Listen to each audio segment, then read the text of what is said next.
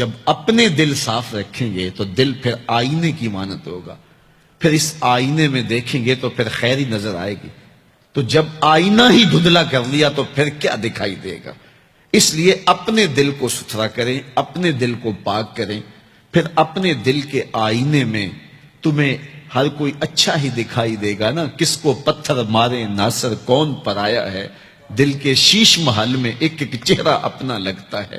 تو پھر دل مصفا ہو گیا، دل مزکا ہو گیا، تو پھر جو ہے وہ پاکیزگی ہی پاکیزگی ہے، نور ہی نور ہے۔ خشیت الہی جب بندہ مومن کے اندر اتر آتی ہے تو پھر اس کا اندر سنورنے لگ جاتا ہے۔ جہاں کوئی کیمرہ نہیں ہوتا، جہاں کوئی ایجنسی نہیں ہوتی، جہاں کوئی دیکھنے والا نہیں ہوتا، وہاں یہ خوف طاری ہوتا ہے کہ میرا رب مجھے دیکھ رہا ہے، اور یہ تصور انسان کی زندگی کے اندر خیر لاتا ہے۔ خشیت الہی باطن کو نکھارتی ہے، سجدوں میں لذت پیدا کرتی ہے، رکوع اور قیام میں سرور پیدا کرتی ہے، یہ نیتوں کے اندر خلوص اور للہیت پیدا کرتی ہے، یہ تمہارے اعمال کے اندر حسن پیدا کرے گی۔ اگر اللہ کی خشیت باطن میں نہیں ہے تو کھوکھلے عمل ہوں گے، ریا ان پر مسلط ہو جائے گی، دکھلاوا آ جائے گا، عجب آ جائے گا۔ ہم تو نماز پڑھنے لگ جائیں تو بے نمازیوں کو حقیر سمجھنے لگ جاتے ہیں۔ وہ کیسی نماز ہے جس نے ہمیں تکبر میں مبتلا کر دیا، جس نے ہمارے دماغ میں غرور بھر دیا، ہمیں لوگ بونے بونے اور چھوٹے چھوٹے دکھائی دینے لگے اگر ہم نے جو ہے وہ چند سجدے کر لیے۔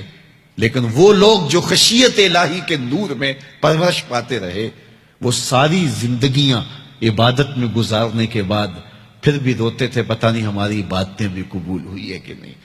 حضرت سری سکتی رضی اللہ تعالی عنہ دن میں کئی بار آئینہ دیکھتے تھے اور اپنے چہرے پہ ہاتھ پھیر کے دیکھتے تھے، کہیں میرے گناہوں کے سبب سے میرا چہرہ سیاہ تو نہیں ہو گیا۔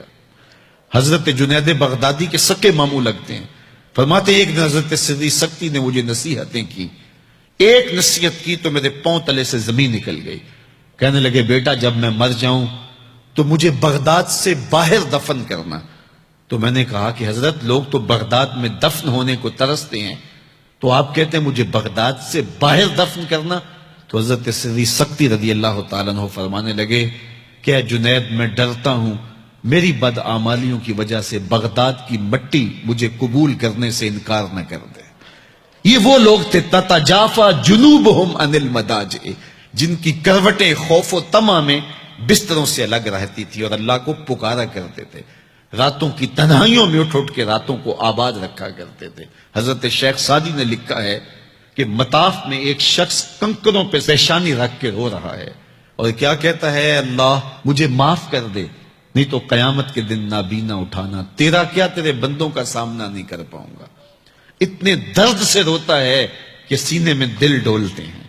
ایک شخص تو اپنا طواف چھوڑ کے اس کے پاس کھڑا ہو گیا، اس کی پشت پہ ہاتھ پھیرنے لگا، حوصلہ رکھ اللہ بڑا کریم ہے، حوصلہ رکھ اللہ بڑا رحیم ہے، اور اس کو تسلی دینے لگا۔ اور وہ اتنے درد سے روتا ہے، اس کی چیخیں سنی نہیں جاتی، مطاف کے کنکروں پہ اس کے آنسو گرتے ہیں، اور کہتا ہے اے اللہ مجھے معاف کر دے نہیں تو نابینا اٹھانا، تیرا سامنا تو بڑی دور کی بات، تیرے بندوں کا سامنا نہیں کر پاؤں گا۔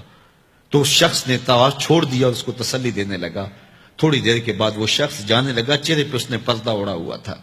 تو اس شخص کو تجسس تھا کہ میں دیکھوں یہ کون ہے جو اتنے درد سے روتا ہے اور اس کو سمجھاؤں کہ اللہ بڑا کریم ہے۔